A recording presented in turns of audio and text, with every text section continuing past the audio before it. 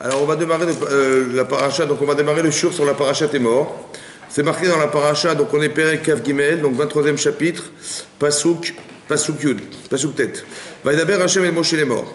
Daber el Ben Israël, parle aux enfants d'Israël, Martalem et dis-leur.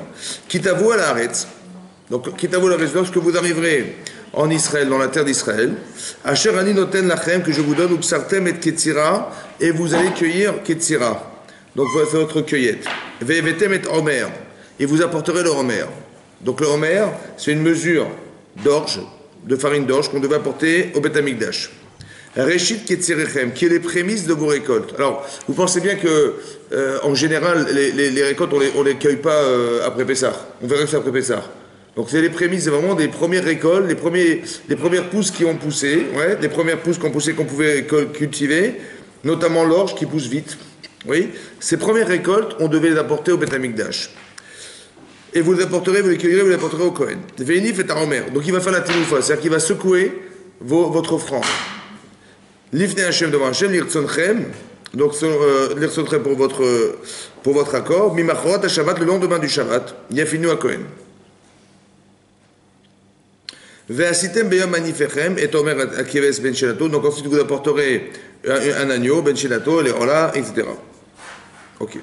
Ensuite, c'est marqué, je continue, Pasuk Tetvav, ou Sfartem Lachem, vous compterez, Mimachorat à Shabbat, le lendemain du Shabbat, Miyam Aviachem et Omer, le lendemain du jour où vous aurez apporté le Homer, cette offrande du Homer, qui est cette fameuse prémisse de récolte, hein, ça coupe, tentative de reconnaître. hein, Atenouva, Sheva Shabbatot, Timot, Yena, donc Sheva Shabbatot, vous compterez Sheva Shabbatot, cette semaine, Témimot entière, Tiena elles seront, Ad Mimachot Shabbat, Ashvit, la dernière semaine qui est la numéro 7, Tisperu Chamishimion, vous devrez compter 50 jours. Veikrate Michar Hashem, et vous apporterez une offrande nouvelle, l'Hachem.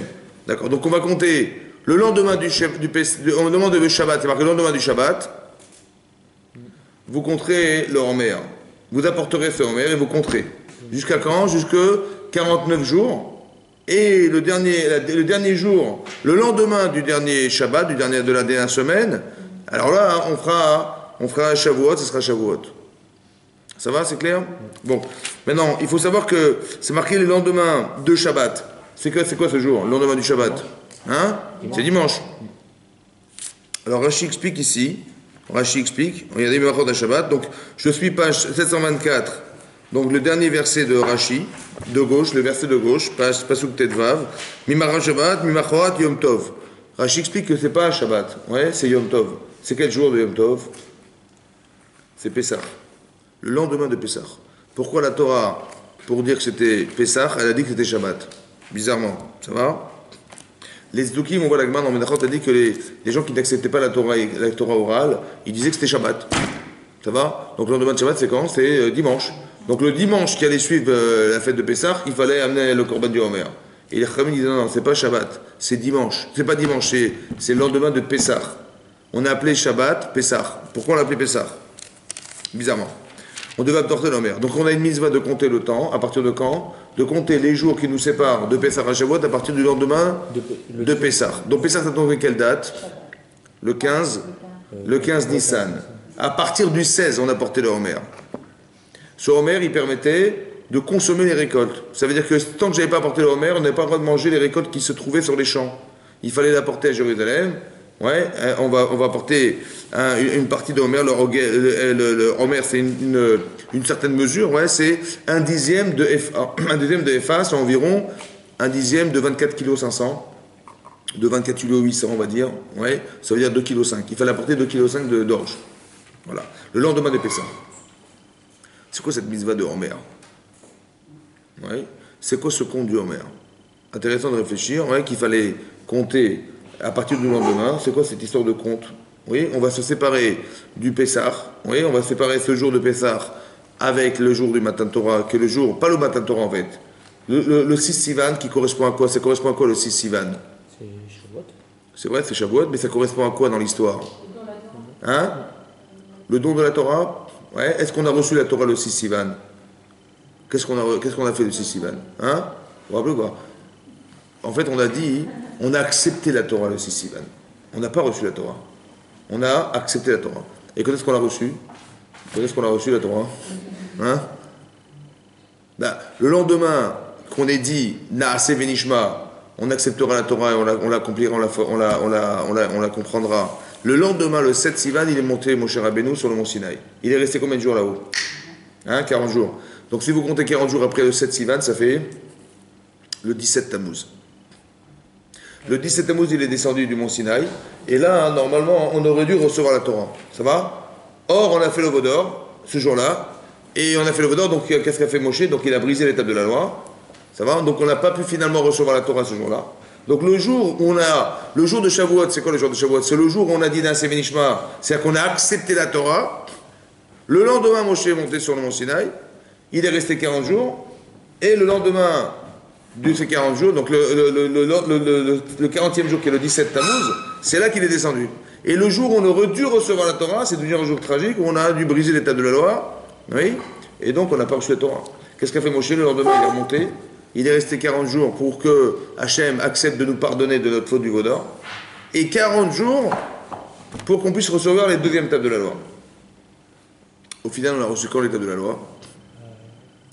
On les a reçus le 10 Tishri, le jour de Kippour. Donc le véritable Matan Torah, c'est quand? Le 10 Tishri. Ça va, c'est clair? C'est-à-dire le jour de Kippour. Que Hachem, il a pardonné le peuple d'Israël, et à ce moment-là, on a pu. C'est pour ça que le jour de Kippour est un jour de pardon. C'est le jour où Hachem a pardonné le peuple d'Israël, puisqu'il nous a donné l'étape de la loi, et c'est le jour où on a reçu la Torah vraiment. Les deuxièmes tables ont été donnés ce jour-là. Ça va? Maintenant, donc, à quoi correspond le 6 Sivan? Le 6 Sivan correspond au moment où on a dit Naase Venishma. On a accepté la Torah. C'est un peu ce que dit Rashi dans Bereshit. Oui, il y a une allusion dans la Torah. Vous savez que quand Hachem a créé le monde, chaque jour on a dit le premier jour, le deuxième jour, le troisième jour, oui, et on a dit le jour numéro 1, le jour numéro 2, et on a dit à la fin, le sixième jour, on a dit Yom Hashishi. Yom Hashishi, Yom Echad, on a dit Yom Echad, Yom Sheni, Yom 1, le jour 2, le jour 3, et là on a dit le sixième jour. Hashishi. Pourquoi on a mis un article devant le chiffre? Hashishi, le sixième jour. Alors Rashi explique que le sixième jour, c'est le jour spécial ce jour-là. Qu'est-ce qu'il est spécial? C'est le sixième jour. C'est le jour où effectivement on a accepté la Torah parce que Hachem a conditionné la création du monde à ce jour. Il a décidé que si Israël accepte la Torah, moutav, ça veut dire que c'est tant mieux, on continue, le monde continue à vivre. Mais sinon, il sera chosel et touvavou, il reviendra au touvavou, donc au tohubohu, c'est-à-dire qu'on reviendra à l'origine de la création, donc le monde sera autodétruit. Ça va? La condition de la création du monde dépend de la création, la continuité de la création du monde dépend essentiellement de la capacité qu'on avait d'accepter la Torah. Ça va? Yom HaShishi, le 6 Sivan, le sixième jour, le 6 Sivan. Vous avez compris? Ce jour dépendait la création du monde dépendait essentiellement de ce jour. Mais l'acceptation de la Torah. Pas du don de la Torah, l'acceptation de la Torah. Il fallait accepter la Torah. Si on acceptait, tant mieux, ça pouvait continuer. Si on n'acceptait pas, ça ne sert à rien de continuer. Et donc on aurait abandonné, le monde se serait arrêté là et ça aurait été fini. C'est clair? Voilà. Donc c'est ça. Donc il y a des jours qui nous séparent. Pourquoi on a séparé? Pourquoi on n'a pas reçu le lendemain de Pessah, on a reçu la Torah? Hein? Finalement, on a reçu la Torah 3 mois après être sorti d'Égypte. Voilà. Pourquoi ce délai? Pourquoi c'est long? Il fallait se préparer. On se préparait. En fait, on se préparait à recevoir la Torah. Très intéressant de voir qu'on compte. Maintenant, à partir de quand c'était prévu qu'on reçoit la Torah sur le mont Sinaï? Vous savez ça? Non? Au bout de 40 jours. À partir de quand ça a été prévu qu'on devait recevoir la Torah sur le mont Sinaï? Alors regardez, ouvrez la paracha de Shemot. Ouvrez la paracha de Shemot. Vous avez trouvé la paracha de Shemot? Alors, paracha de Shemot, donc... Oui, j'ouvre avec vous la paracha de Shemot. Alors, paracha de Shemot, on est dans le 3e chapitre.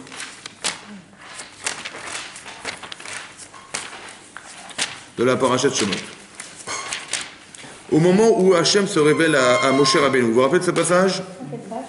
Alors c'est quelle page? C'est page, voilà, page 324. 324 dans notre hommage. Donc on est dans le 3e chapitre, Pasuk Yudbet, dans le 12e verset. 324.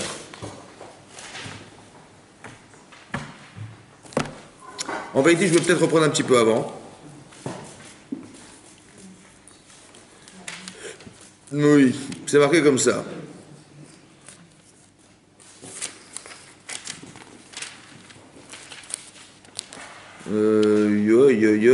Regardez, excusez-moi. Regardez page 320 et après on passera sur 324.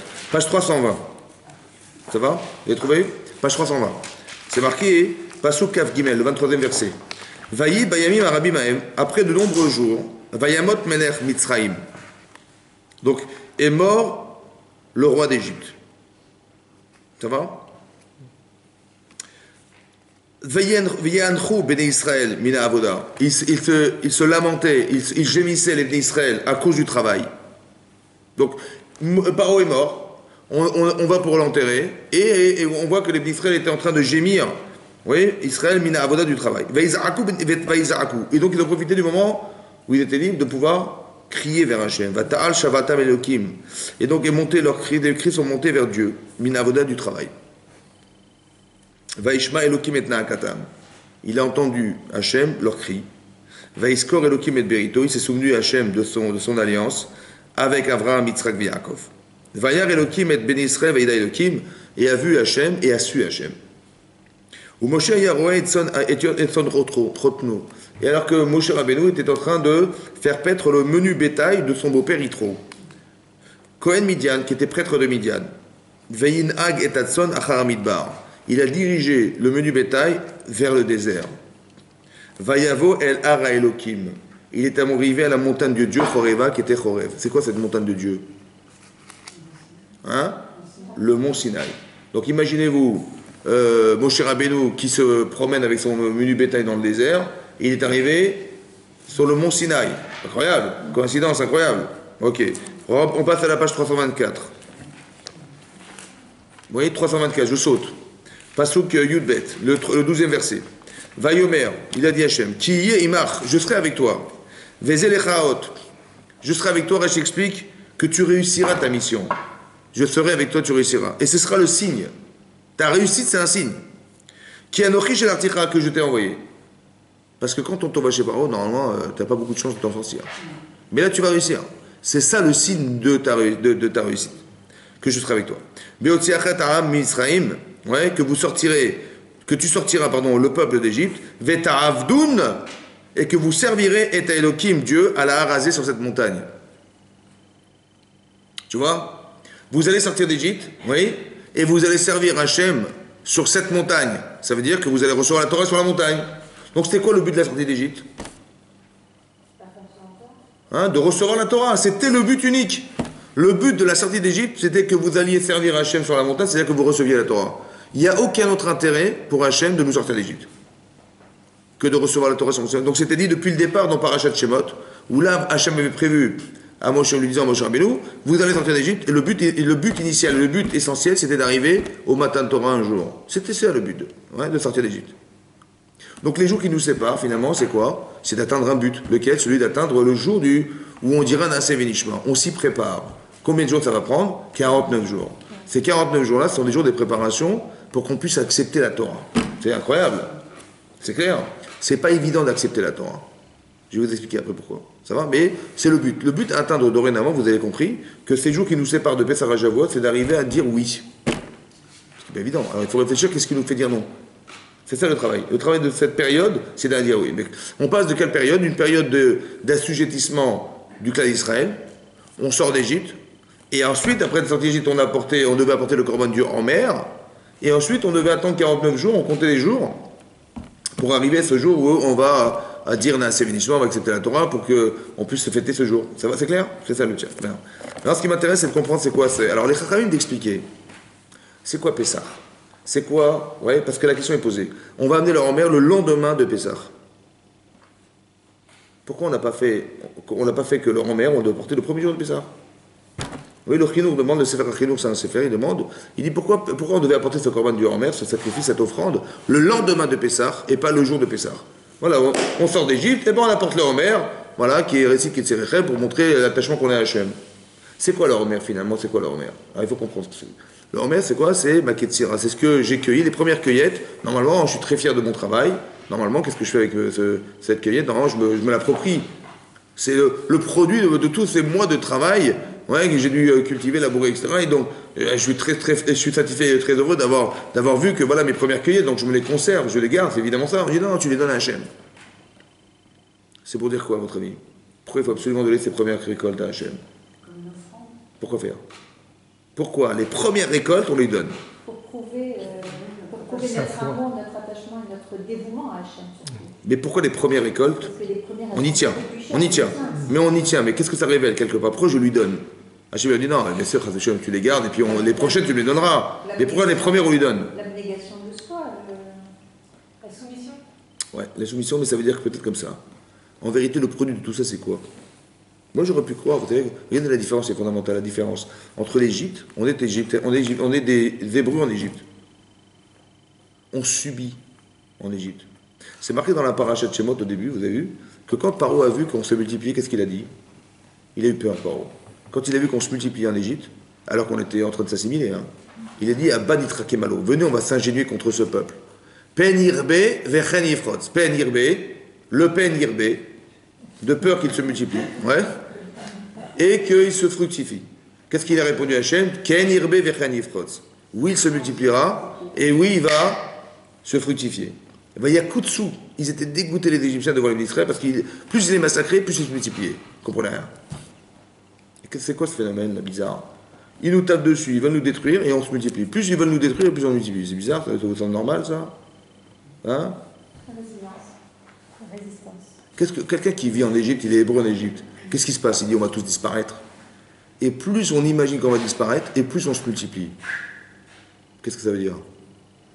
Qu'est-ce que ça révèle? Indestructible. Qu'est-ce que ça révèle? Notre volonté de perdurer, notre volonté C'est vrai. d'exister. Mais ça veut dire aussi comme ça. Vous savez ce que fait Hachem? Regardez comme c'est incohérent. Ça s'appelle un nes caché, un miracle caché. Que derrière quelque chose qui paraît incohérent, parce que normalement cette puissance-là, elle pourrait nous écraser en 2 minutes.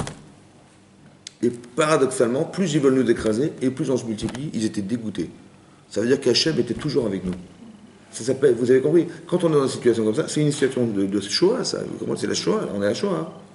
Nous on croit abandonner. Et on dit, mais il était où Dieu avant la Shoah? Ça va, il était où Dieu? C'est vrai, il n'était pas là. Parce que la force, elle est entre les mains de Paro, ou entre les mains d'Hitler et tout, et on se rend compte que, et bizarrement, plus on veut nous écraser, et plus il y a comme un révélateur incroyable qu'on se multiplie.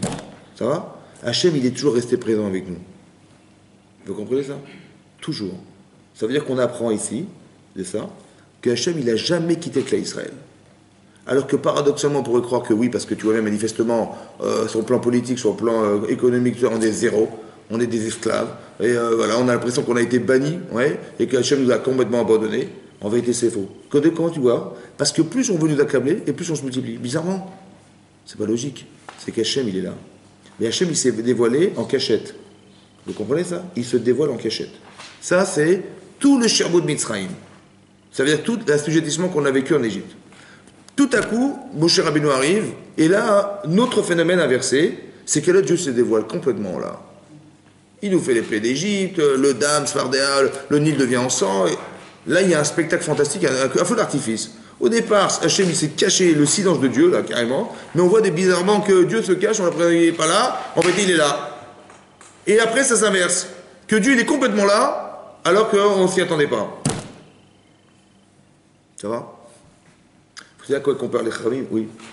C'est un peu comme, enfin, je sais pas si on fait un parallèle, mais avec la Shoah, que 2 ans après, il y a eu Oui, après c'est les mêmes phénomènes. C'est des principes qu'on apprend dans la Torah, ça. Vous avez compris? Que les gens disent, ouais, Dieu était où, machin et tout ça.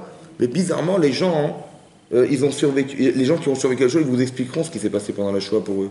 Il y a eu des miracles incroyables qui se sont passés. Donc, après, on n'est pas là pour juger, bien entendu, mais je veux dire simplement de comprendre des phénomènes, de comprendre des principes, de mécanismes d'Hachem. On voit que pendant toutes ces années d'esclavage, Hachem, il s'est caché derrière tout ça. Bon. Et après, il se révèle. Chachamim, vous savez à quoi ils comparent ça, les Chachamim, dans le Midrash?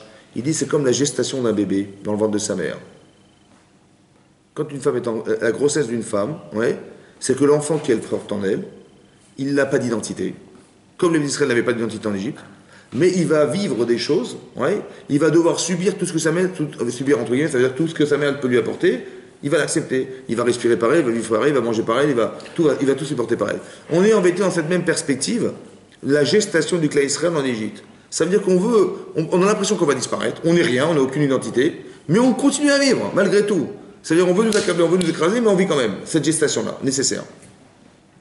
Après, il y a la sortie d'Égypte, qui est l'accouchement. Vous avez vu? L'accouchement, il dure quelques minutes. La sortie d'Égypte a duré quelques minutes.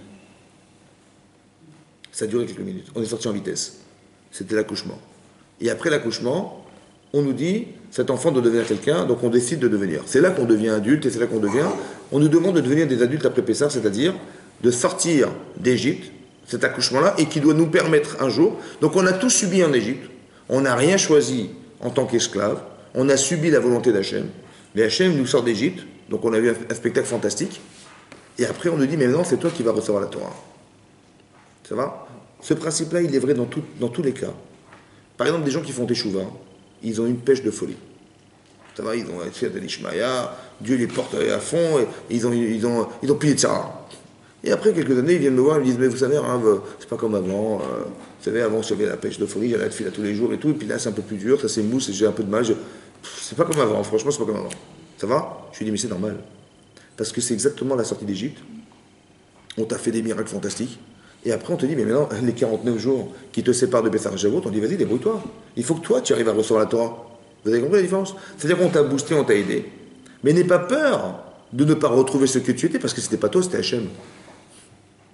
Vous comprenez? Tu dis, mais on ne retrouvera jamais la sortie d'Égypte. On ne retrouvera jamais les miracles des diplômes d'Égypte. C'est impossible. Je dis, t'as raison. Mais Hachem, il a fait exprès pour cristalliser en toi le fait qu'Hachem existe.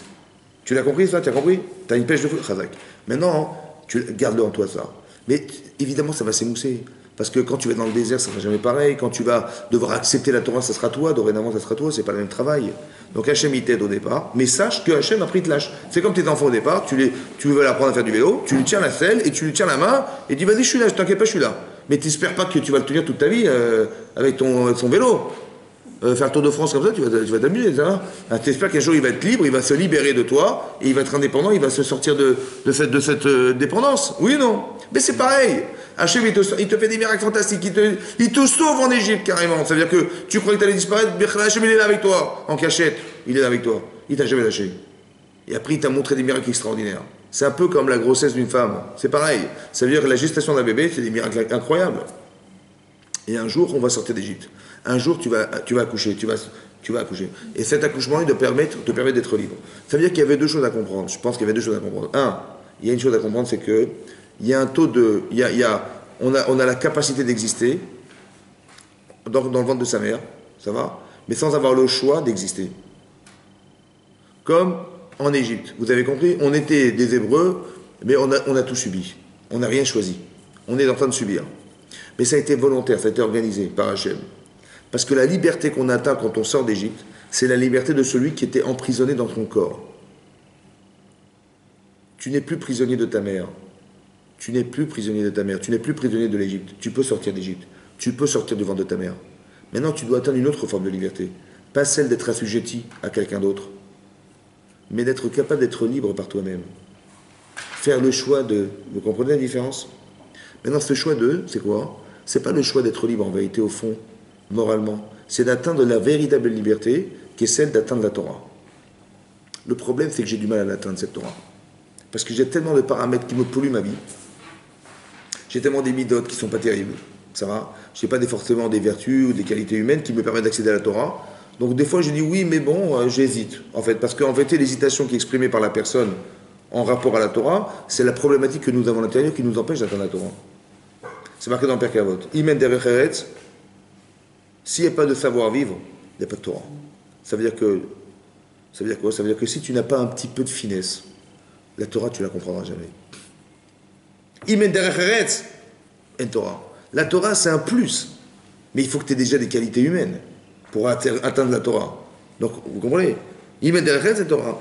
Imen Torah, et derech eretz. Maintenant, si tu n'as pas la Torah, la derech eretz que tu as, la manière de vivre, ta manière de vivre, elle ne te suffira jamais parce qu'elle sera, à un moment donné, tu vas voir qu'il va falloir évoluer un petit peu plus. Donc la Torah te permet d'évoluer. En tout cas, pour entrer dans la Torah, il faut un savoir-vivre minimal. Et quand tu es dans la Torah, ce minimal ne te suffira pas parce que la Torah va te permettre d'accéder à autre chose dans ta vie. Il y a une autre façon de voir, il y a une autre manière de voir. Il y a aussi une évolution dans ta personnalité, dans ta finesse à toi, qui va être engagée par la Torah. La Torah elle va t'aider à devenir. Vous comprenez? Cet éclairage de la Torah. Donc, il fallait qu'on atteigne ce taux de liberté. Lequel taux de liberté? De savoir qu'il y aura du Yetzer Hara demain. Évidemment. Donc, quelque part, bon, tu t'es libéré physiquement, c'est vrai, super. Mais est-ce que tu n'es pas prisonnier de ton Yetzer?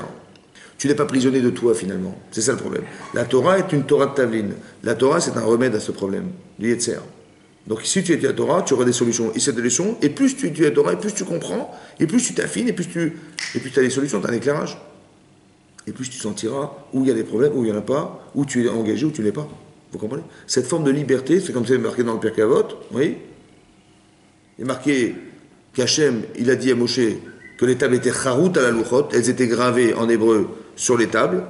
Dit le Pirkei Avot, ne lis pas gravé charout, gravé, et là cherout libre. C'est les mêmes lettres en fait. Charout, cherout. Charout, c'est gravé, cherout, libre. On a gravé sur les tables de la loi les 10 commandements. Ne lis pas charout, dit le Midrash, qui veut dire gravé, mais dit cherout libre. En ben chorin, dit le Pirkei Avot, il n'y a de gens libres, et la miche osek batorah, celui qui étudie la Torah. La liberté, c'est quoi? C'est d'atteindre la connaissance qui permet d'y accéder. On ne t'a pas demandé d'apprendre la Torah simplement. Charout à la louchot, gravé sur les tables. C'est quoi les tables ici? C'est ton cœur. Veshinantam, levanecha, vedivartabam, vishatara, vesha, ouvriatravader, ushoveromera, et que ça soit gravé sur ton cœur. Charout à la louchot, c'est quoi en vérité? C'est un symbole d'ilora de base que les tables de la loi, en fait, c'est ton cœur. Il ne faut pas que ça soit imprimé sur ton cœur. Tu dis, bah ouais, tu dis, où c'est marqué ça, marqué dans la prêt par machin, et où Rachid dit ça, où c'est marqué dans tel endroit, c'est pas ça qu'on veut. On veut que ça soit gravé, pas ça imprimé. Parce que si c'est pas gravé, c'est pas toi. Vous comprenez ou pas? Il faut que tu aies fait l'effort de comprendre. Il faut que tu aies l'effort, tu as écouté des choses, mais c'est pas gravé en toi. Parce qu'il faut que tu passes à l'acte. Il faut que cette expérience faisant, elle va graver l'image. Ou bien que tu fasses un travail personnel, qui est un travail de compréhension et un travail d'émotion de la compréhension. Il faut que ça soit gravé en toi, que quand tu mets ta main, tiens, tu ressens qu'il y a un trou là. Tu vois, il y a quelque chose qui a été gravé. Il faut que tu ressentes que ton étude, elle fait partie de toi. Il faut qu'on ressente quelque chose. Comme on a dit la semaine dernière, vous vous rappelez, la semaine dernière, on a fait un cours en expliquant que qu'est-ce que c'est que la Kedusha? On a expliqué ce que c'est que la Kedusha. La Kedusha, c'est la capacité émotionnelle de dire non. Il faut que je construise en moi des paramètres qui, sous toute forme d'interdiction de la Torah, je sois capable de dire non à ce qui m'est interdit. Mais comment j'arrive à dire non à ce qui m'est interdit alors que j'ai très envie de transgresser? Alors il faut que c'est ça la Kedusha. La Kedusha, c'est que je dois construire des éléments en moi qui vont me permettre de dire non à la faute. Ça va? Comme par exemple, on a dit, quand Yosef il a eu cette épreuve avec la femme de Potiphar, qu'est-ce qu'il a dit à la femme de Potiphar? Qu'est-ce qu'il lui a dit? On a dit qu'il a dit. Mais il y a marqué Vaïma, il a refusé. Mais qu'est-ce qu'il lui a dit? On a dit qu'il a dit quoi à cette femme? Il a dit, vous vous rappelez? Il a dit, voilà, mon maître, ton mari, il m'a tout laissé entre les mains. Voilà, il m'a tout laissé. Donc il m'a fait une confiance incroyable, aveuglante. Il est aveugle. Bon, il m'a tout laissé. Il n'y a pas plus grand que moi dans cette maison. Il m'a juste interdit le pain qu'il mange, c'est-à-dire toi. Voilà ce qu'il m'a interdit. Ça va? Et je vais quand même pas faire cette faute. Ouais, Agdola Azot, cette grande Avera. Et en plus, je faudrais vers Hachem. Voilà ce qu'il a dit à cette femme. Qu'est-ce qu'il a dit? Qu'est-ce qu'il a dit? Et il y a un peu plus grand que moi dans cette maison. Hein? Et ton mari qui est mon maître, il m'a donné toute confiance. Il m'a donné porter toute confiance. Et donc, tout ce qu'il fait, c'est entre moi. Il ne sait même pas ce qui se passe chez lui, c'est moi qui m'en occupe. La seule chose qu'il ne sait pas, la seule chose qui m'interdit de m'occuper, c'est toi. Et toi, tu veux que j'aille avec toi, je ne peux pas.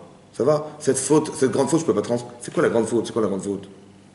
Quelle grande faute? Khata'ak de l'Azdod, c'est quelle grande faute? Avec elle. Mais c'est quoi? Mais qu'est-ce que c'est toute cette introduction là? Il m'a nommé chef chez toi. C'est quoi cette introduction là? C'est quoi? C'est les paramètres qu'il utilise justement pour s'interdire. Exactement. Mais c'est quoi? La Kedusha. C'est quoi? Qu'est-ce qu'il a dit? C'est ça la Kedusha, Chazak, c'est ça. Mais il a dit quoi? Il interdit la confiance. Enfin, il parle de la confiance qu'on lui a témoigné. Donc s'il transgresse cette confiance, il va trahir. Il va trahir son maître. Exactement. Il m'a nommé chef. Grâce à lui, j'existe. J'aurais pu être un esclave de basse classe. Il m'a nommé chef. C'est qui Paro? C'est qui Potiphar? C'est qui Potiphar?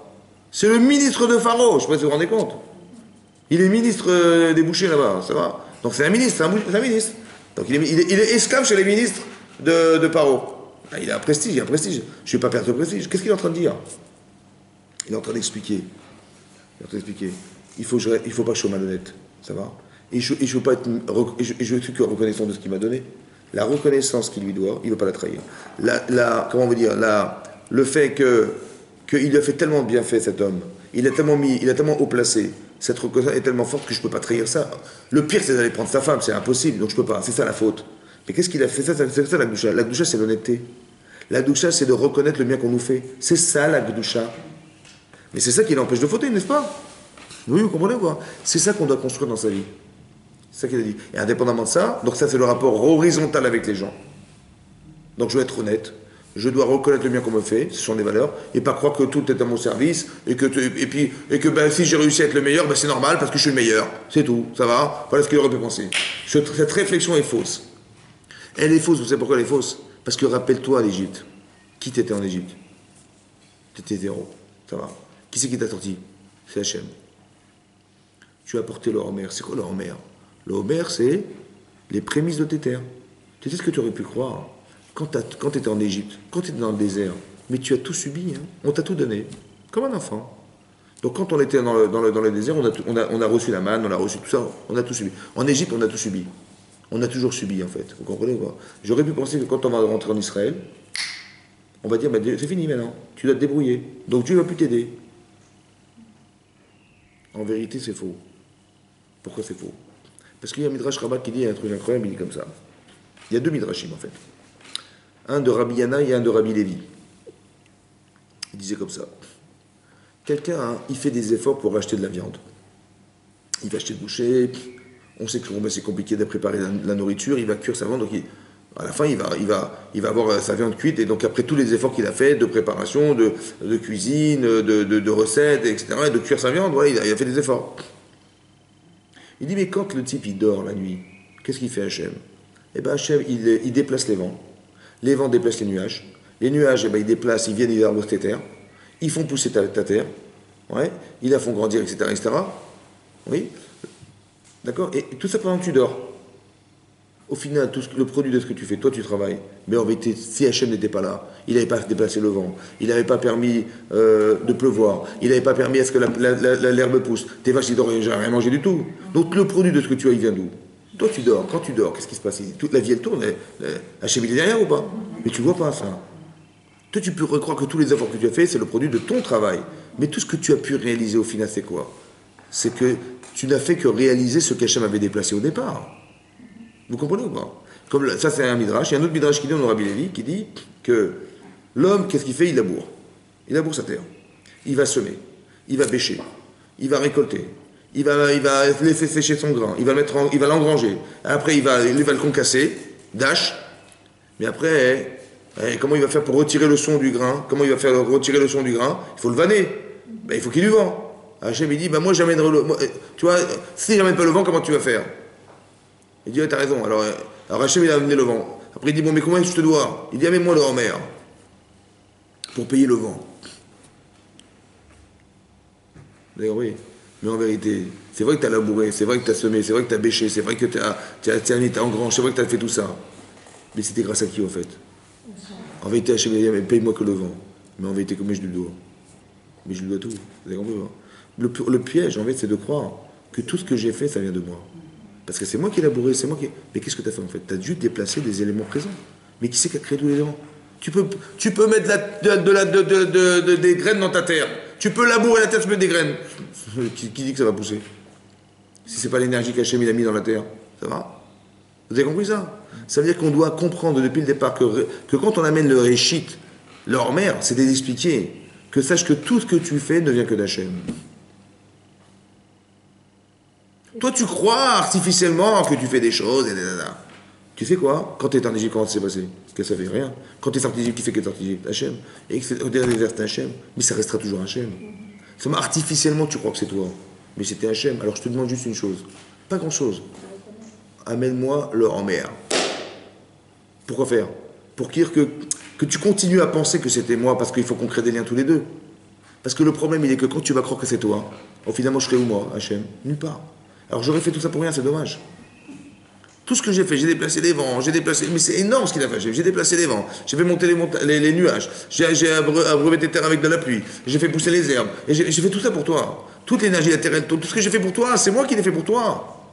Mais pour qu'un jour tu reconnaisses le bien que je te fais, je te demande une chose. paye-moi que le salaire du vent. Amène-moi le homer. Le homer, c'est pas du blé, c'est de l'orge. C'est la graine la moins chère du monde. Il y a un autre midrash qui dit, homer, on retrouve ce terme de homer, ouais, dans Homer à Goulgolet. Le midrash il dit que pourquoi on doit prélever le homer le lendemain de Pessah? Parce qu'Hachem dans le désert, il a demandé à ce qu'on prélève le homer. Hachem il a prélevé le homer de la Goulgolet, c'est qu'il tombait de la manne dans le désert. Et les gens ils se nourrissaient de ce homer à Goulgolet, c'est-à-dire la mesure du homer, qui était 1/10 de CA, par personne dans le désert. Hachem il a donné ce homer-là, cette mesure de manne dans le désert pour tous les gens du clan Israël, des 3 millions de personnes, ouais, 3 millions de personnes, dans le désert. Pendant combien de temps? 40 ans. Et Hachem, qu'est-ce qu'il dit? Voilà, je vous ai tous nourris avec chacun, il a reçu une part de homer pendant tous les jours 40 ans. Tous les jours 40 ans. Je vous demande juste une chose, de me donner une part, une fois par an. Hachem, il nous donne du homer tous les jours, pendant 40 ans dans le désert. Il donne juste, par reconnaissance, donnez-moi juste une chose. Un homer une fois par an, par personne. Pas par personne, par famille. Un type, il amène pour la famille. Alors que lui, il a reçu le homer tous les jours. Pendant toute sa vie. Vous comprenez la différence? Il dit juste que pour que tu ne te sens pas accablé, mais aussi que tu reconnaisses que j'existe. Pour ne pas tomber dans quel piège? Dans le piège de croire que tout ce que tu produis, ça vient de toi. C'est dommage qu'on perde le lien. Vous comprenez ça?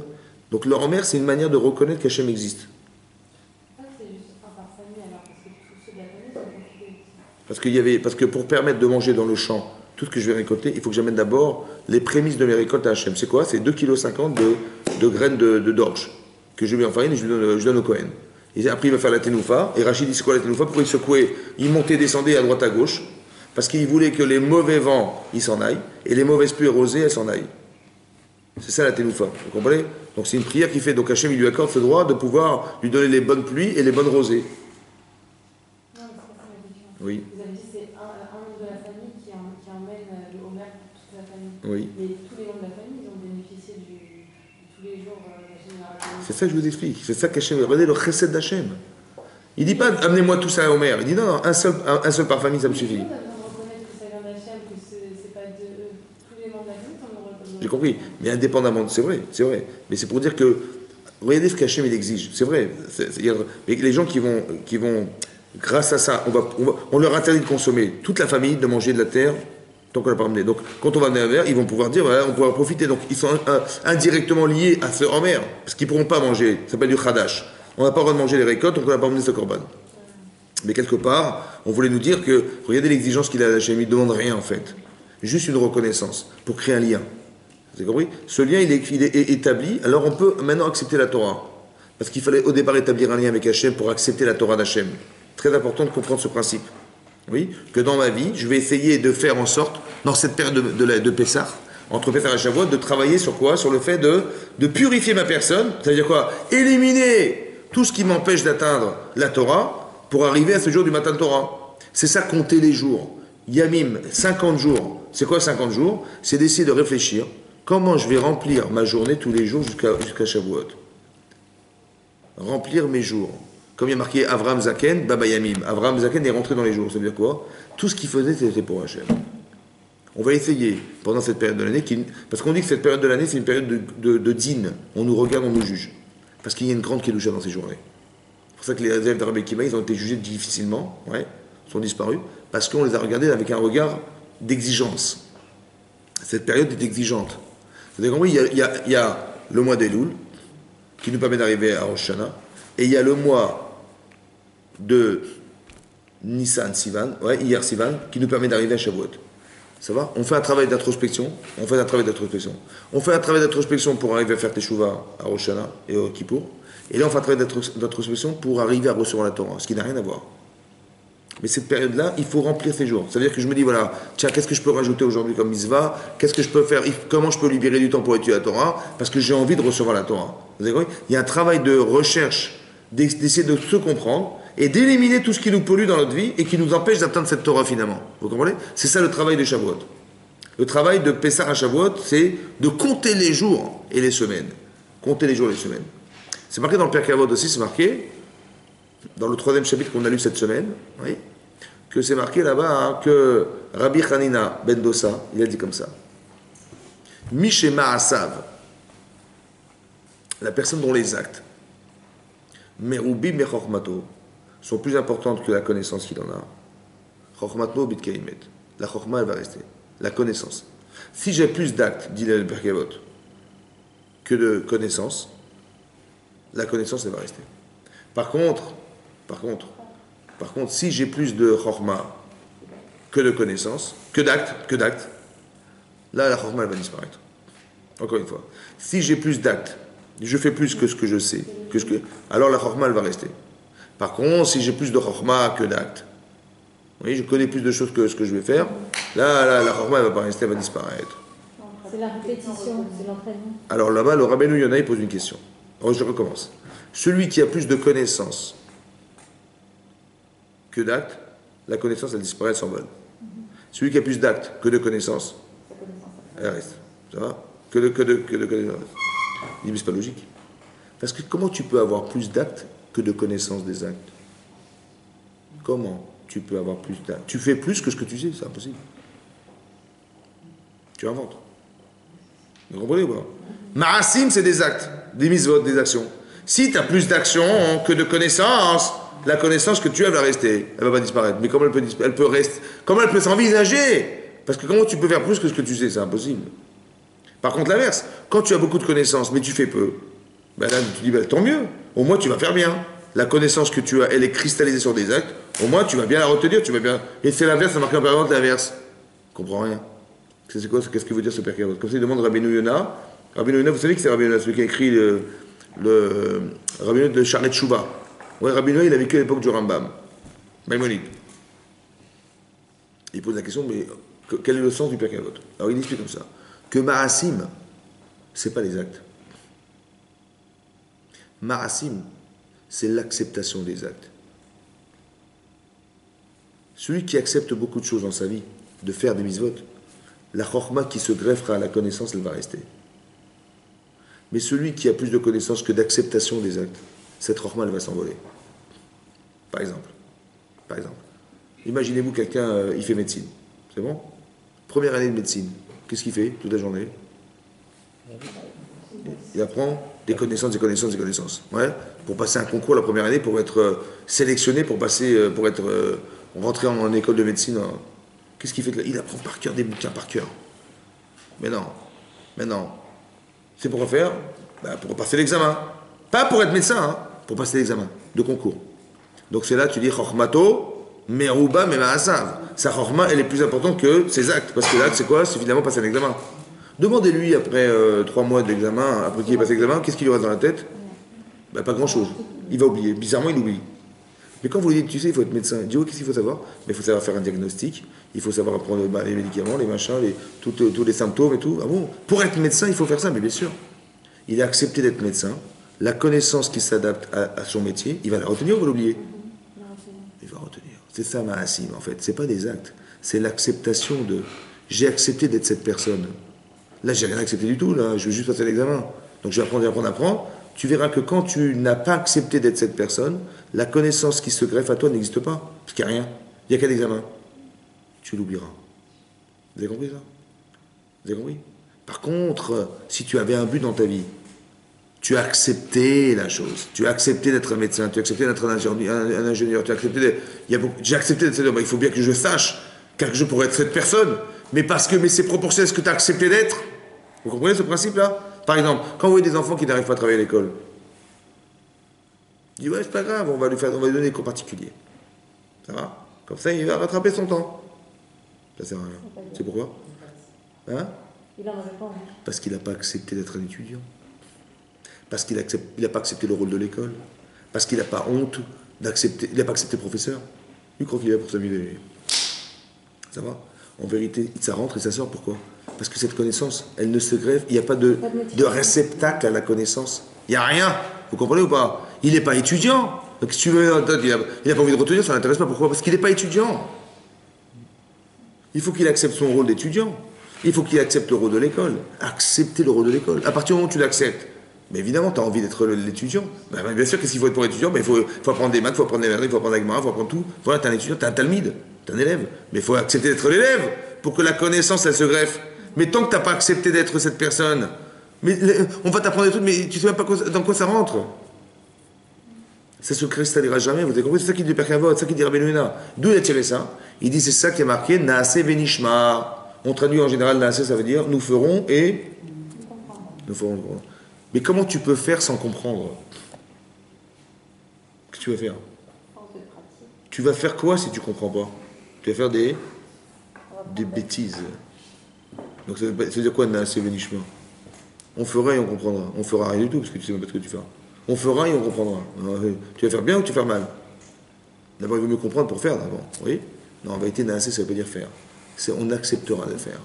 Tout ce que tu nous diras, on le fera. Je ne sais pas de quoi tu parles. Mais tu vas nous dire, la Torah, c'est ça, j'accepterai ce que tu nous diras. J'ai accepté ce que tu m'as demandé de faire. Vous comprenez la différence? Ça veut dire qu'il faut créer chez soi un réceptacle de volonté d'accepter la Torah. Ce travail-là, c'est le travail de Shavuot. C'est le travail des jours qui nous séparent. Le véritable travail, c'est ça. D'arriver à comprendre pourquoi je n'accepte pas complètement la Torah. Des fois des trucs oui, des fois des trucs non. Il faut réfléchir aussi parce que bon, ça je peux, mais ça je peux pas. Franchement, je peux pas. Bon, dites-moi, j'ai un Sefer Torah. Il manque une lettre. Il est caché ou pas? Non. Moi, j'ai dit, moi, la Torah, vous savez, ça je peux, mais ça je peux pas. J'ai pas envie. J'ai un Sefer Torah, mais ça je l'accepte et ça j'acceptera. J'ai un nouveau Sefer Torah où il y a marqué des mitzvot, il y en a d'autres qui ont disparu. Ça va? Il est caché mon Sefer ou pas? Est-ce que je suis caché? Est-ce que j'ai le droit de dire, bon, ça je fais, mais ça je peux pas, franchement, là je peux pas. Là, cette mise-là, laisse tomber, je ferai ça, l'autre je ferai pas. C'est pas grave. Logiquement, c'est caché, ça c'est une Torah, mais je sais pas laquelle, je ne connais pas celle-là. Ça va? C'est très important de comprendre que je dois accepter la Torah. Mais c'est-à-dire que je dois me mettre dans des conditions d'accepter la Torah. Alors bien sûr que je ne veux pas dire à la personne, bah écoute, si tu fais, il vaut mieux ne rien faire que d'accepter à moitié. Ça, je peux pas lui dire. Mais il faut que moi, qui accepte, je sache qu'elle n'est pas complète. Il faut juste que je comprenne pourquoi des fois oui, et ça des fois non. Il y a quelque chose qui bloque. C'est bizarre, non? Pourquoi ça bloque? Est-ce qu'Hachem il a raison ou il a tort? Il a raison. Alors pourquoi je bloque? Parce qu'on n'a pas envie de le faire. Ouais, c'est ça. On n'a pas accepté pour des raisons qui nous polluent notre vie, en fait. Vous comprenez? Il y a des choses dans notre tête qui font que non, ça, je veux pas. Attends, j'ai la honte, je ne vais pas faire ça devant les gens, je ne veux pas faire ça. Peu importe quoi, mais vous avez compris, il y a un problème de midot, il y a un problème de repère, il y a un problème d'acceptation de la Torah, évidemment, à cause de paramètres qui nous. Mais quand tu mets les paramètres d'un côté et tu mets Hachem de l'autre, il n'y a pas photo. Et pourtant, intellectuellement, c'est pas acceptable. Et pourtant, ça ne nous dérange pas. Vous avez compris? C'est ça le travail qu'on doit faire, en fait. Vous comprenez le travail d'introspection qui existe entre Elul et Tishri, c'est de se remettre, de réfléchir comment je vais faire Teshuvah vraiment sincèrement. Mais là, on n'est pas dans la Teshuvah. On est dans la capacité à accepter la Torah. Alors pour ça, il faut quoi? Il faut que Hachem soit très fort dans ta tête. C'est pour ça qu'on ne fait pas le Homer le premier jour de Pessah. Vous savez pourquoi? Il y a 2 jours bien distincts. D'abord, tu vas fêter Pessah. C'est quoi fêter Pessah? C'est de reconnaître que sans Dieu, tu ne serais jamais sorti d'Égypte. Ça va? Donc combien il y a de force Hachem? Il y a marqué Lo Aliédé Shaliach. On n'est pas sorti par intermédiaire. On n'est pas sorti par des anges, je ne sais pas quoi. C'est Hachem. Pourquoi c'est Hachem? Parce que logiquement, c'était impossible de sortir. Vous avez compris? Quand je dis Aliédé Shaliach, ça veut dire par intermédiaire. Donc c'était logique. Il fait chaud, ouais, oui, il y a le soleil, il pleut, ouais, c'est normal, il y a des nuages. C'est par intermédiaire, donc quand c'est logique, c'est intermédiaire. Mais quand c'est impossible, c'est illogique. C'est impossible de sortir d'Égypte. Vu le degré de contrainte mentale qu'on avait, on n'aurait jamais pu accepter de sortir. Vu la puissance de l'Égypte, c'était impossible qu'on sorte. Donc là, c'est Hachem qui nous fait sortir. Vous comprenez ça? C'est-à-dire, aller aider Hachem. C'est Dieu qui nous fait sortir. Parce que c'est impossible. Vous comprenez? C'est impossible. C'est là que je dis, il n'y a que Dieu qui peut faire ça. Comme, paradoxalement, on veut nous détruire et tout à coup, on se multiplie. Complètement illogique. Comme par exemple, illogique, c'est qu'on est un peuple, un petit peuple. Pas grand monde, quelques millions. Plus de la moitié s'assimile. Donc on devrait disparaître rapidement. Et l'autre partie, on veut nous tuer. Tous les ans, Bechol Dorvador, toute génération, de Bechol Dorvador, de toute génération, on veut nous détruire. Donc d'un côté, on s'assimile, donc on devient des goïms, et la partie qui reste juive, on veut les tuer. Donc il a combien d'avenir, ce peuple? 0. Et pourtant, on est là ou pas? Les Romains ont disparu, les Grecs ont disparu, toutes les civilisations ont disparu, mais nous, on est là. Mais c'est pas logique, vous comprenez qu'il y a un problème, c'est qui ça? C'est Hachem. C'est pas cohérent, c'est Dieu. Ça veut dire qu'on veut nous apprendre que derrière tout ce que tu crois, en vérité, tu existes. Ça va? Ça veut dire qu'Hachem, il est là. Alors développe cette idée-là à fond la caisse pendant Pessah. Tu vas parler de ça. Tu dis, nous, on est sortis d'Égypte. Voilà. Nous, on est les esclaves. Nous, c'est ce qu'on a dit à Pessah. Donc on parle de ce qu'on était, de combien c'était difficile, et d'où on est sorti finalement. On a accouché d'un truc qui était impossible. Et on a vu la main d'Hachem, évidemment. Ça, tu le marques bien dans ta tête. Pour que quand tu vas amener ton Homer, ça ait un sens.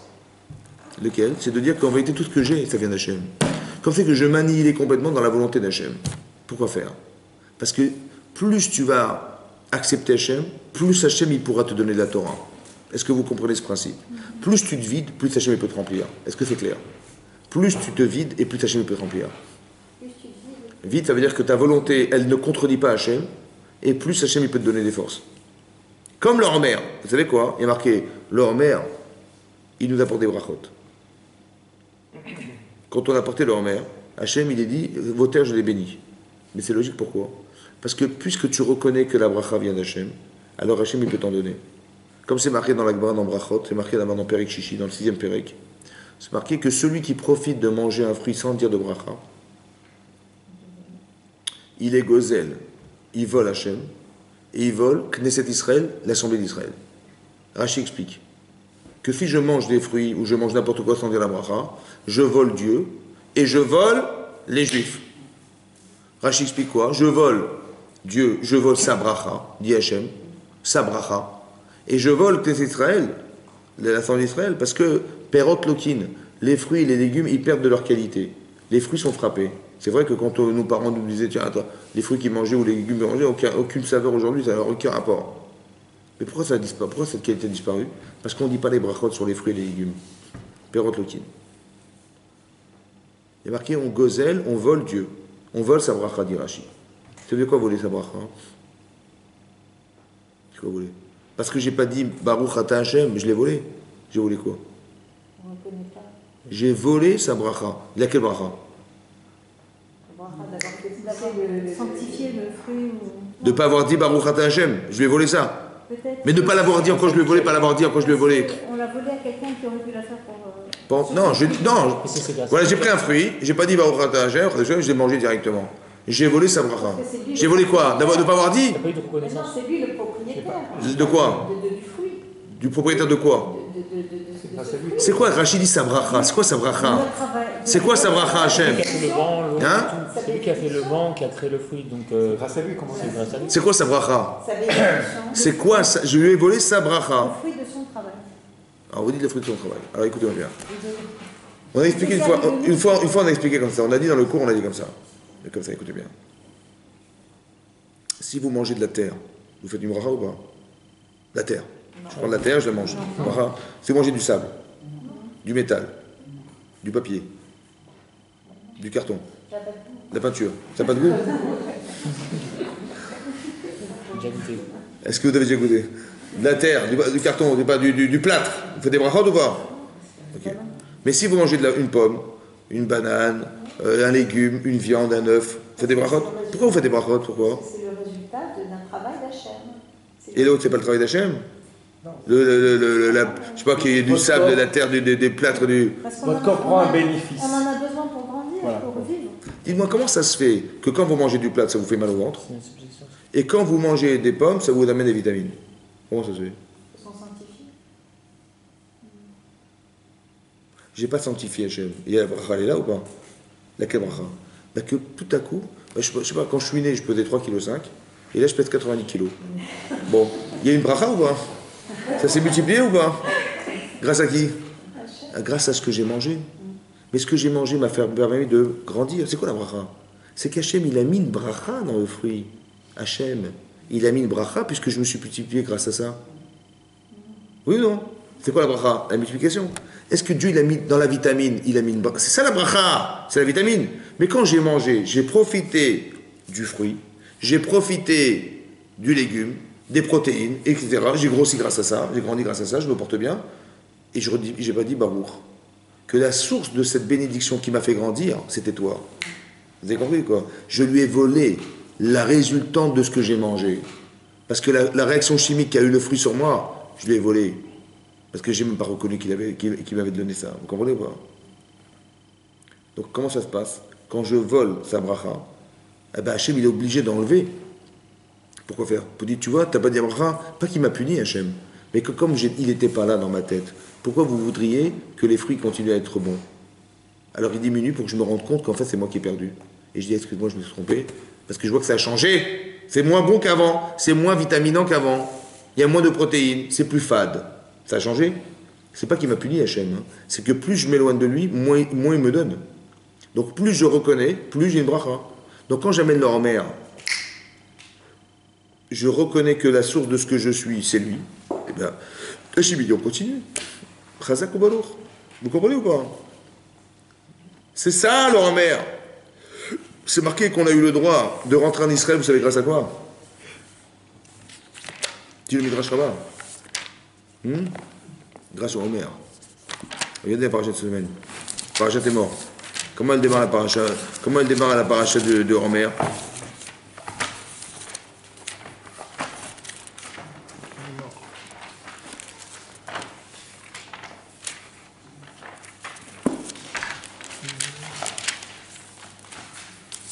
Regardez page 724. C'est marqué page 725, Pasuk Yud. 724, Pasuk Tête. Le 9e verset. Vaïdaber Hachem el Moshe les morts. Daber et Ben Israël. Parle aux enfants d'Israël, va Martalem et dis-leur. Kitavo el Haaretz. Lorsque vous arriverez en Israël, Asher anioten lachem l'Iksirechem et Kitsira. Et vous allez cueillir les récoltes. Pourquoi il y a marqué? Pour quel rapport y a-t-il entre le fait de rentrer en Israël et qu'on ait la Kitsira Taomer? Vous savez, le droit qu'on a eu, la droit d'en rentrer en Israël, c'est parce qu'on allait prélever la Homer. C'est-à-dire qu'on a eu la terre d'Israël parce qu'on a prélevé la Homer. Vous avez compris ce que je veux dire? C'est un truc de fou. Hein. Tu as la volonté de faire les mitzvot. Alors Hachem, il te donne le droit de le pratiquer à l'endroit où tu vas le faire. Mais si tu n'as peut-être pas la Torah, à quoi ça sert que tu donnes la terre d'Israël? À quoi ça sert qu'Hachem te donne la terre d'Israël si c'est pas pour pratiquer les mitzvot? Mais ça dépend si tu veux l'accepter ou pas. Donc comme tu dis je veux faire la Homer, tu dis ok, il n'y a pas de problème, on te donne la terre. La terre, c'est un outil pour faire les mitzvot.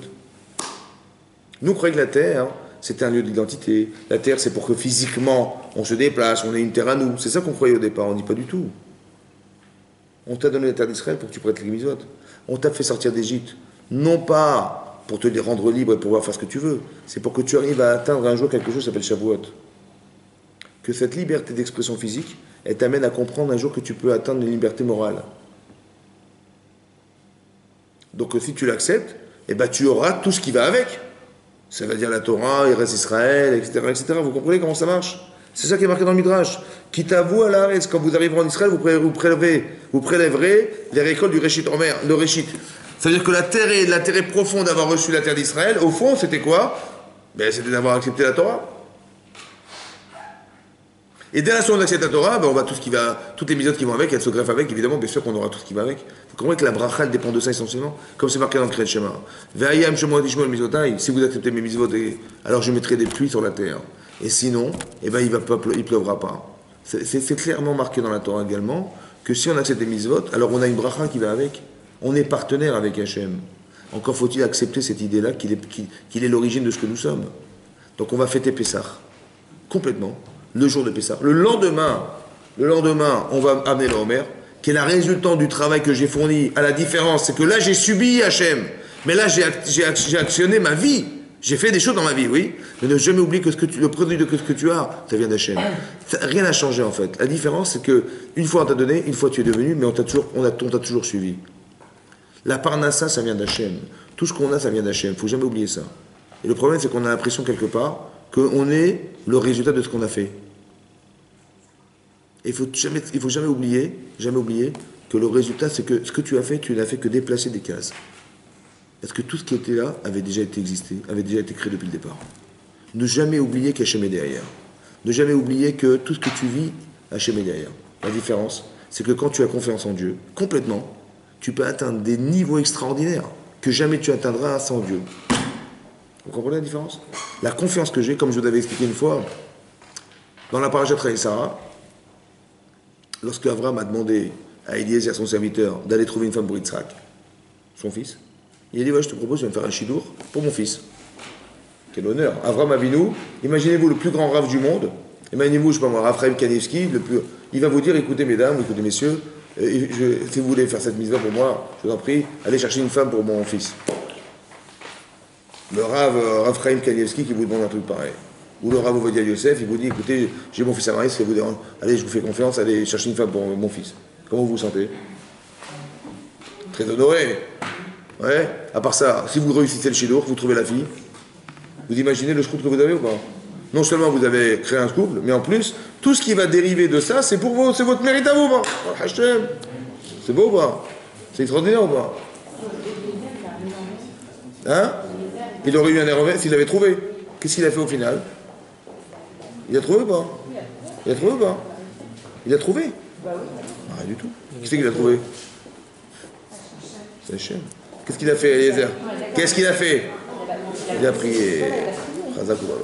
Est-ce qu'il a scanné? Il a été chercher la fille? Nulle part. Marqué qu'il a pris Hachem, il a demandé, il est comme ça. Si je lui propose à boire et elle me dit à toi, il y a tes chameaux, c'est bon, tu m'auras prouvé que c'est la femme d'Israël. Il avait fini de prier, dit la Torah, ouais, et il y avait une jeune fille qui sortait de la source d'eau. Il s'est approché d'elle, il a demandé à Tina Kader, je t'en prie, tends-moi ta cruche. Elle a dit ok, elle a donné la cruche, elle a dit bah, tu peux boire aussi à tes chameaux. Baba, quoi. Il avait une chance sur 1 milliard qu'elle réponde ça, et c'est ce qu'il espérait, parce que l'improbabilité c'est révélateur que c'est Hachem. Comment ça se fait qu'à la fin de sa prière, il avait fini de prier, et elle était là, la fille. Qu'il allait d'abord, il avait terminé de parler, et la fille, elle était là. Comment c'est possible? C'était déjà planifié. Vous avez compris, il y a quelque chose à apprendre ici. Il a accepté que le résultat, ça allait être... Comme ça, écoutez-moi bien. Plus vous acceptez que c'est compliqué, plus vous acceptez que c'est compliqué, plus vous savez que vous ne pourrez pas vous en sortir seul. Et donc, qu'est-ce que vous faites? Vous vous déchargez et vous dites Hachem, fais-le. Et plus vous donnez du pouvoir à Dieu, et moins on a besoin de vous faire perdre du temps. Mais quand on délègue... Essayez de comprendre ça. Plus vous vous investissez en pensant que vous allez réussir, donc tu dis, bah, Dieu, il va prendre un petit peu de place, oh, bah, il faut que je fasse tout moi-même, donc c'est pas évident que je arrive à faire déplacer le vent, les nuages, la pluie, le machin, je vais tout faire moi-même, ça va? Ok, pas de problème, vas-y, déplace le vent avec ton souffle, ouais, et fais tomber la pluie, et fais que tout va pousser, tu peux pas. Plus tu comprends que tu dépends d'Hachem, plus tu l'acceptes, plus Hachem il peut intervenir pour toi, et la durée du temps passé, c'est la durée de tes doutes. Hein? Oui, mais c'est quoi la Emouna? C'est d'arriver à comprendre que je ne peux rien sans lui. Je ne peux rien, c'est ça le pshat d'Emouna. Je ne peux rien sans lui. Ça veut dire que plus il a de la place dans ma vie, plus il peut s'intervenir, plus je le laisse intervenir. Vous comprenez ou pas? Par exemple, je vous explique comme ça. Quelle est la fonction d'Hachem sur la terre? Quelle est la fonction d'Hachem sur la terre? C'est quoi sa fonction? Est-ce que si on trouve que le temps est très long, disons qu'on veut marier un enfant, et que c'est très très long, ça veut dire qu'on doute beaucoup. Si on doute, ça veut dire qu'on ne lui laisse pas cette place, peut-être. Est-ce que ça veut dire qu'on a... C'est-à-dire que c'est une épreuve. L'épreuve, c'est comme ça. Quand on voit que ça ne marche pas, c'est peut-être qu'Hachem il dit, mais dommage, tu ne me téléphones pas. Vraiment, sincèrement, en disant, écoute, je ne pourrai jamais tout seul. En particulier dans les Shidurim, pourquoi? En particulier dans les Shidurim, ça veut dire comme ça. Non, mais c'est-à-dire après le degré d'attente, par exemple, Rachel, c'est une sadéquette ou pas? Rachel, elle était stérile. Qu'est-ce qu'elle a dit à son mari? Elle dit, mais je comprends pas, mais si tu n'as pas d'enfant, je suis morte. Qu'est-ce que tu attends pour prier pour moi? C'est ça qu'elle a dit à son mari, oui? Qu'est-ce qu'il lui a répondu? Il s'est bien connu, il dit, tu crois que je suis à la place de mon Dieu, moi? Ça va? En fait, qu'est-ce qu'il a dit? Il a dit comme ça. Non, il a dit comme ça. Il dit, mais ton père, il a prié pour sa femme. Yitzhak, il a prié pour elle. Elle a eu un enfant. Et toi, qu'est-ce que t'attends de prier pour moi? Il dit, la différence, c'est que mon père, il n'avait pas d'enfant. Que le problème de sa femme était le sien. Et moi, j'en ai déjà. Ça veut dire que c'est très compliqué, en ayant des enfants, de prier pour des gens qui n'en ont pas. Par contre, toi, tu n'en as pas. Donc, ça veut dire que si Hachem, il a fait en sorte que j'en ai pas toi, c'est qu'il a demandé à ce que tu deviennes cette femme. Ça veut dire que c'était pas simple ce qu'on lui a proposé. Vous comprenez ce que je veux dire? Mais elle s'est retournée. En fait, on lui a fait prendre à charge ce qu'elle aurait dû devenir elle-même. Et tant qu'elle n'arrive pas à ce niveau des Mouna, elle ne pourra pas engendrer Yosef. Un enfant qui va rester seul en Égypte, capable de surmonter toutes les pires situations qui peuvent se trouver en Égypte pour lui. Il faut qu'il ait les Mouna et une forte Mouna. Cet enfant, il doit pouvoir naître, mais il faut que tu atteignes ce niveau. Donc elle va l'atteindre par la prière, elle va l'atteindre par... Mais donc, c'est pas du premier coup, vous comprenez? Il y a des niveaux des Mouna avant. Plus c'est long, plus ça veut dire peut-être que c'est énorme ce qu'on va atteindre. Vous comprenez ou pas? Parce que Hachem, il ne s'occupe pas des animaux. ne s'occupe pas des arbres, il ne s'occupe pas des... par contre, il s'occupe des êtres humains. Et plus on voit qu'il s'acharne sur nous, plus ça veut dire qu'on doit atteindre quelque chose de grand. Vous avez compris ça? Ça veut dire que le fait d'attendre, peut-être qu'il a très bien compris, Eliezer, que de toute façon, il va s'investir, mais on est sûr de rien. Tu vas trouver la fille peut-être, tu vas trouver, mais qui me dit que c'est la bonne? J'en sais rien. Donc quand c'est des choses comme ça, je laisse le choix à Hachem. Je ne serai qu'un intermédiaire, dit Eliezer. Parce que si je fais une gaffe, ça va être une catastrophe. Et j'ai pas envie d'entrer dedans. Si je réussis, tant mieux, mais j'en sais rien. Donc je lui dis, je te laisse la place. Donc je lui dis, moi je vais juste te proposer de me prouver que c'est la bonne. C'est ça qu'il a fait, vous comprenez ce que je veux dire? Mais ça veut dire qu'il a une confiance tellement énorme avec Hachem, que Hachem, pourquoi vous voulez qu'il le fasse attendre? Pourquoi faire attendre les gens? Ça sert à rien. Donc ça veut dire que si tu as atteint un niveau, et ben voilà, donc c'est Hachem qui te donne la bracha. La bracha, c'est de ne pas perdre du temps. La bracha, c'est de ne pas perdre du temps. C'est ça qu'il a fait. Donc ça veut dire qu'il avait une confiance totale. C'est ça qu'on espère. Que pendant les périodes de cette période de Pessah à Shavuot, qu'on atteigne quelque chose qui nous fasse dire qu'on va réfléchir que Dieu, il n'y a que Dieu sur terre. Et que tout est lui. Vous comprenez? Donc arrêtez de traduire oui à cause de l'autre, à cause de ça, à cause de machin, non. Si ça n'a pas marché, c'est Hachem qui l'a voulu. Tu ne dis pas à cause de lui. Parce qu'il y a l'autre et il y a les circonstances. Les circonstances, en vérité, pourquoi ça m'a échappé? Ou pourquoi ça a marché? Il a dit, tu sais le signe, Hachem il a dit à Moshe, le signe que tu auras réussi, le signe, c'est ta réussite.